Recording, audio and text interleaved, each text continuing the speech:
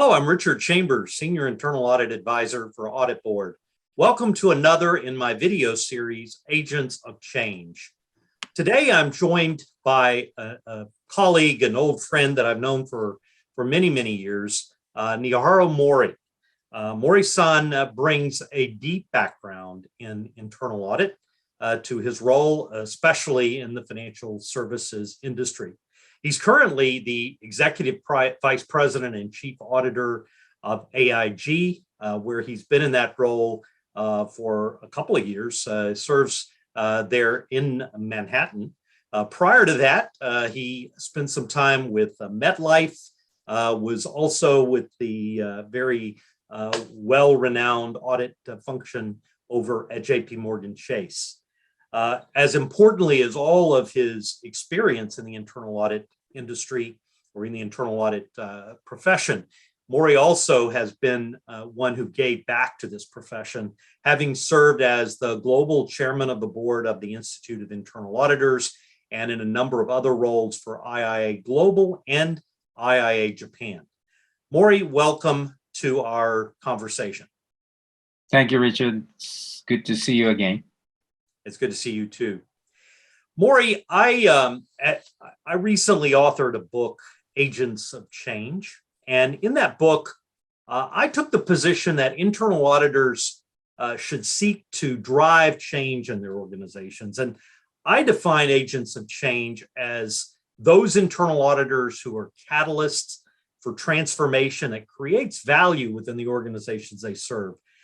That's a little different view than maybe others have taken in the past about the role internal audit should play. What's your view about internal auditors as change agents, and how would you define a change agent if you think there's a different definition? Thank you, Richard. I think being the change agent is very important, and it might be an attractive element of being internal auditor, because internal audit covers every facets of organization that it audits.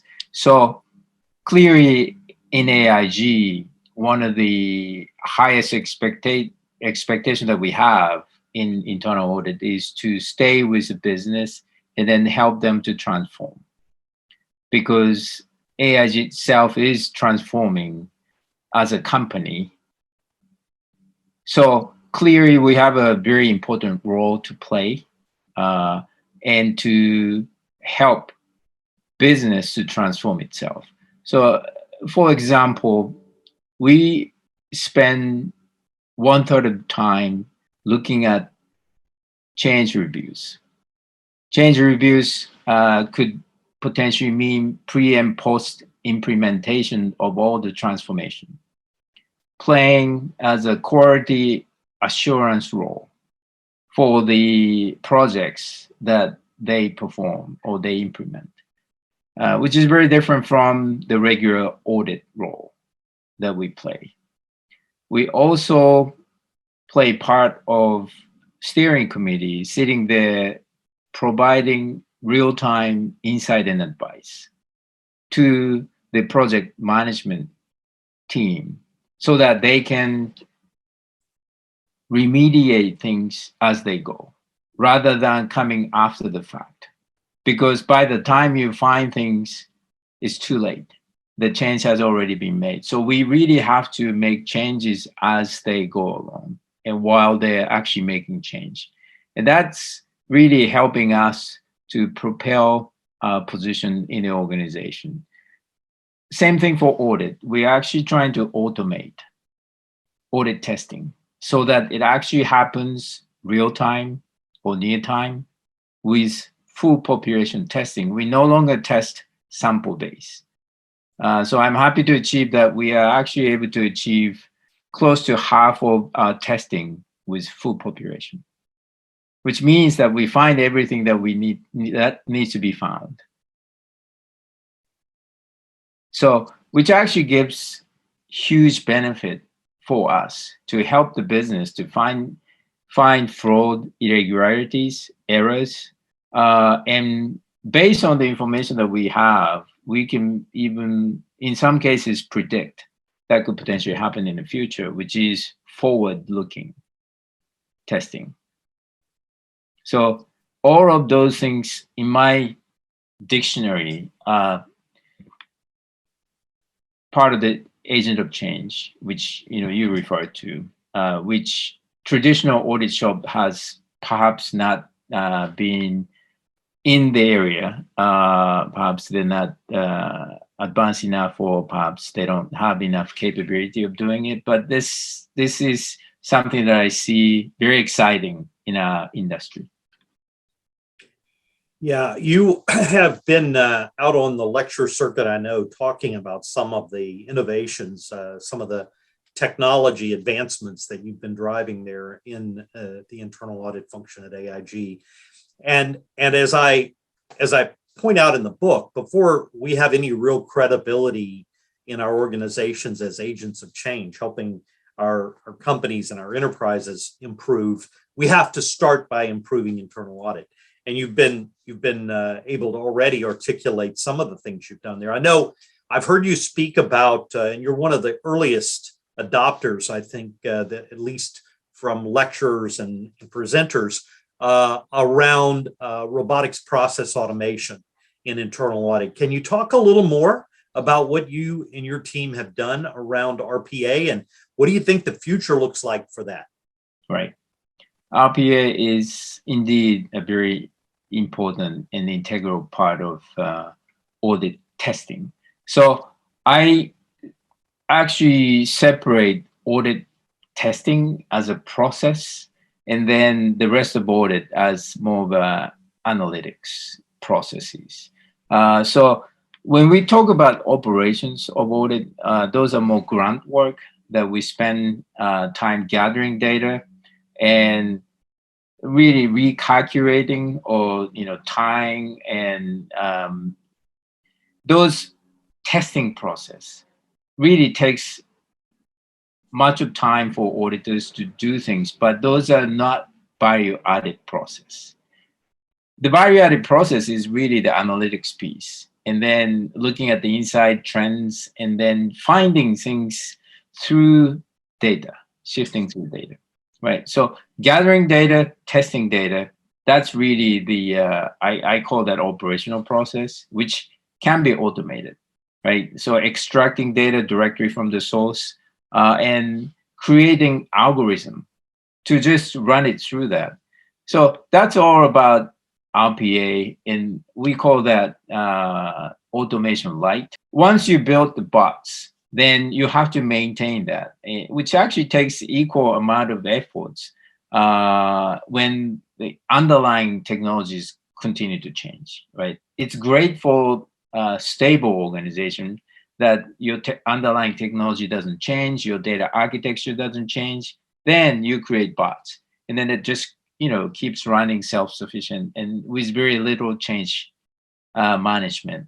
But organizations like us in AIG continue to transform itself. It's very difficult to actually create something that lasts a long time, right? So therefore, we actually shifted to more of using very nimble and flexible tools. And that actually takes much of the pain that auditors are currently experiencing.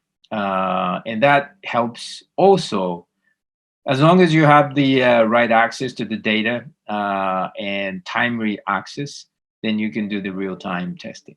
For us, we are also pushing the boundary of, what is the boundary between first and second and third line. Now we're actually trying to embed audit testing module to some of the applications that are available for us. Say, client portal, where client actually put in their data for application of the, reinsurance companies, so insurance policies, claims processes. These applications, if we are able to embed testing, we no longer have to actually go to our clients and then ask for data, because we have the first-hand data. And then that module, we call that audit testing module, will actually test itself. So it is actually becoming almost part of the process and control, if you will. Obviously, this is for the audit purpose. So we're not building anything for the business, but for the audit. But that's what we're actually currently working on. And back to the question about the RPA, yes, definitely, there's the bright future in building RPA.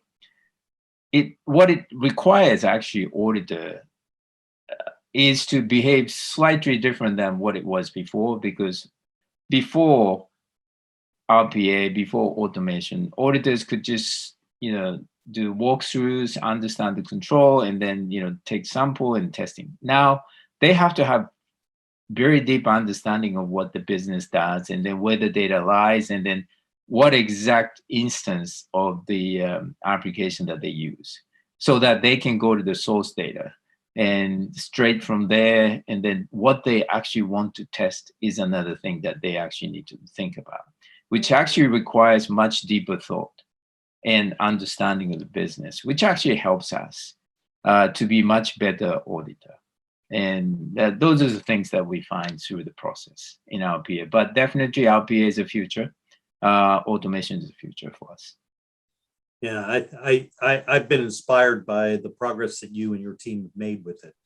We're coming to the point where soon will be 2 years that we've been in the COVID pandemic that sort of took over our lives and took over the world almost 2 years ago.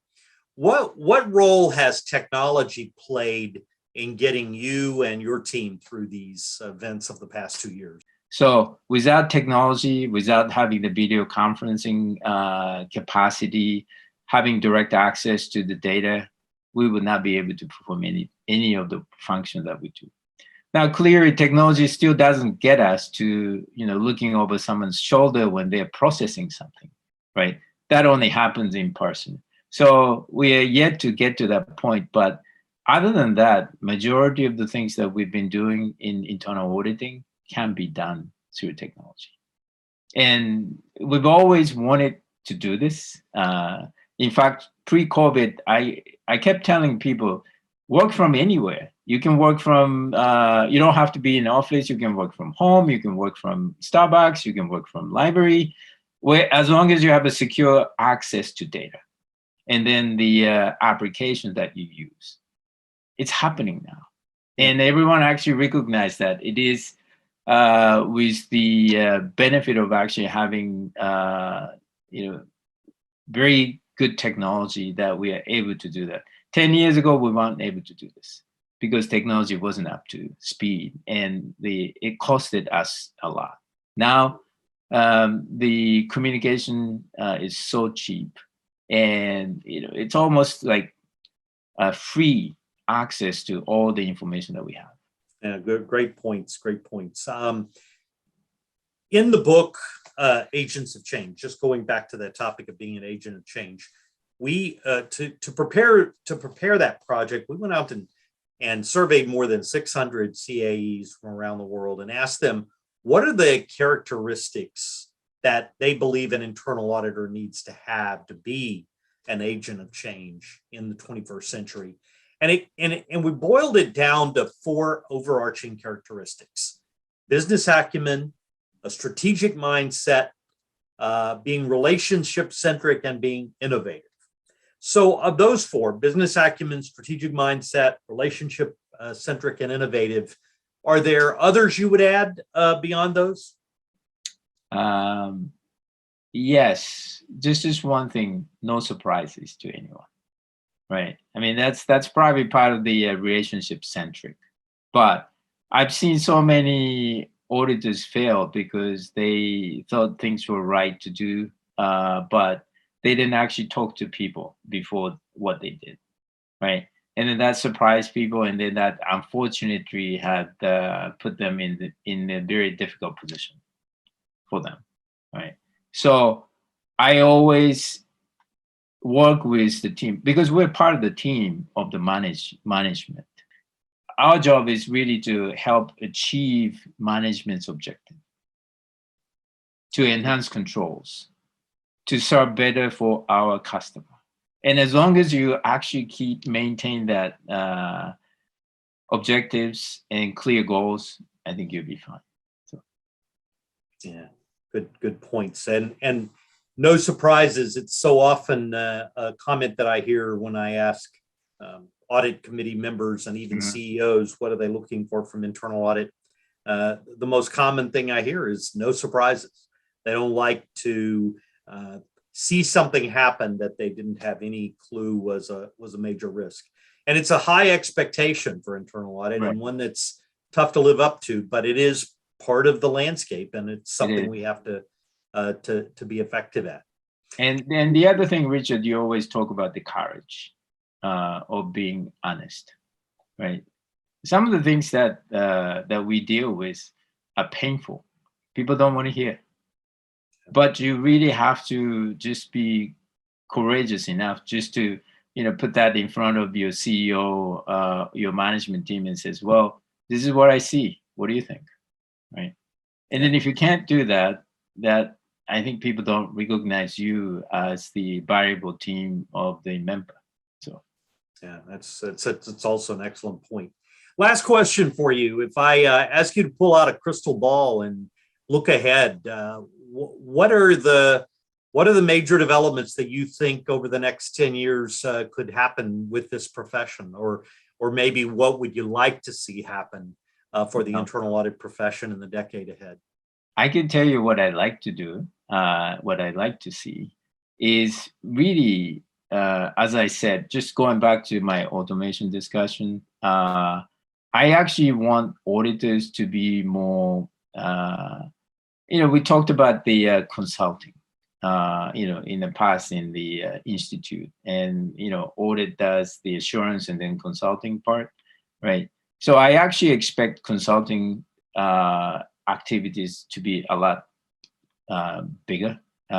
Obviously, everything has to be based on assurance, but assurance, like I said, can be automated, right? So when you automate assurance, then you can use that data or information to better serve your clients by providing much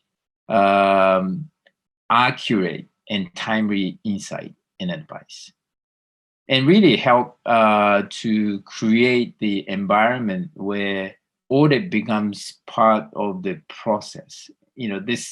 I know that this could be a controversial conversation because we always don't want to be part of the process, but we are, because some business actually do depend on audit to find things, right? Obviously, controls belongs to the first line, and then it always should be. But our job is really to help them to find things, and then provide remediation effort. Now, we're not going to actually help them to do things for them, but through the audit process, we build tools, we build the automation consoles, and we can certainly provide those data to the first and second line. I do expect the second line and third line actually will come closer and closer, because if we can perform real-time or near-time full population testing for every key critical controls that we have in our organization, that's very much risk monitoring on operational processes, right? That's what the second line should be doing. And clearly, our job is really to test. Second line doesn't test, right? So that's really the distinction. But otherwise, I mean, we can certainly come into the office in the morning and then look at like however many controls that we're in charge, let's say 20, 30, 40, 50 controls, that shows up on your screen, and voila, it's been tested overnight by the machine. And you get the benefit of actually using that result and then talking to the stakeholders about what you see in control breakdown. And that's really the future that I see. Well, Mouri, I can't thank you enough for joining me today to have the conversation. I think that your career path and the contributions you made to our profession should serve as an inspiration for those who want to know how they can make a difference. You have made a difference in this profession, and I thank you for everything you've done, and I look forward to having more conversations with you in the future. Thank you for joining me on my Agents of Change series.